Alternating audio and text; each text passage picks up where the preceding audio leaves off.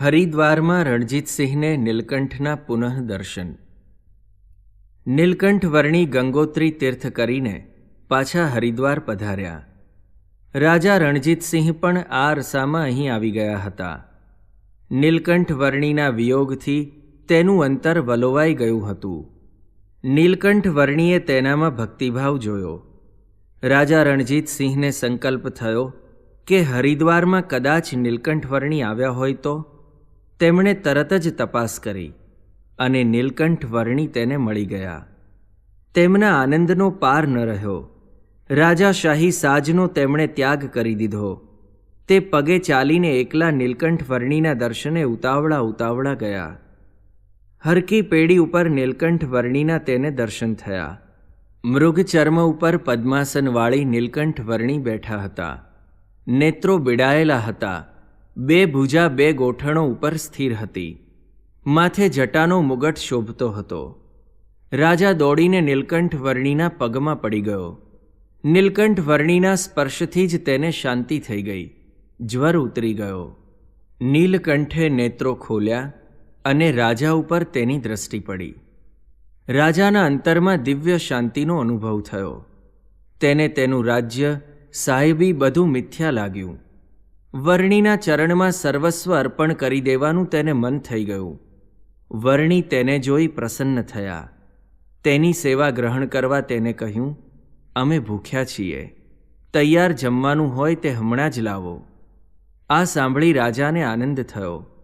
તરત જ તેમણે પાછળ આવેલા નોકરોને કહ્યું, સુવર્ણના થાળમાં મેવા મીઠાઈ ફળ ઇત્યાદિ જે તૈયાર હોય તે તરત લાવો।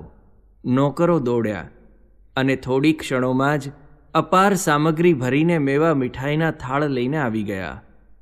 નીલકંઠ વર્ણી તેમાંથી થોડું જમ્યા અને બીજા બધા થાળ પાછા મોકલાવી દીધા। રાજાને દર્શન કરતાં તૃપ્તિ થતી જ ન હતી। બે હાથ જોડીને તેણે નીલકંઠ વર્ણીને કહ્યું, મહારાજ, આ રાજ્યપાટ સર્વે અનિત્ય છે। મારો દેહ પણ નાશવંત છે। અવિનાશી એક આપ છો। આપ જો મારા આત્મામાં નિવાસ કરીને રહો તો જ મારા આત્માનું કલ્યાણ થાય, નહીં તો આત્મા જડ બનીને જન્મ મરણના ચક્રાવવામાં ફર્યા જ કરશે। નીલકંઠે તેને માથે હાથ મૂક્યો। આ દિવ્ય સ્પર્શથી તેની બધી વૃત્તિઓ શાંત થઈ ગઈ। નીલકંઠ વર્ણીના દિવ્ય સ્વરૂપનું તેને જ્ઞાન થયું।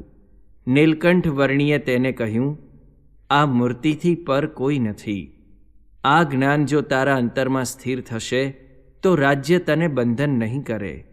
નત મસ્તકે નીલકંઠ વર્ણીની આ અમૃતવાણીનું તેણે પાન કર્યું। તેનો ભાવ જોઈ નીલકંઠ વર્ણી તેની સાથે 2 દિવસ રહ્યા। રણજીતસિંહને મનમાં એવો ભાવ હતો કે આ વર્ણીને રાજ્ય સોંપી દેવું, નિવૃત્ત થઈ જવું અને તેમના સાનિધ્યમાં રહીને ભક્તિ કરવી। પરંતુ નીલકંઠ વર્ણીને રાજ્ય ખપતું ન હતું। તેમનું કાર્ય જ જુદું હતું। તે કાર્યક્ષેત્રની પુણ્યભૂમિ હજુ ઘણી દૂર હતી। નીલકંઠ વર્ણીએ તેને આશીર્વાદ આપ્યા। ત્યાંથી ફરતા નીલકંઠ વર્ણી ફરી એકવાર અયોધ્યા પધાર્યા।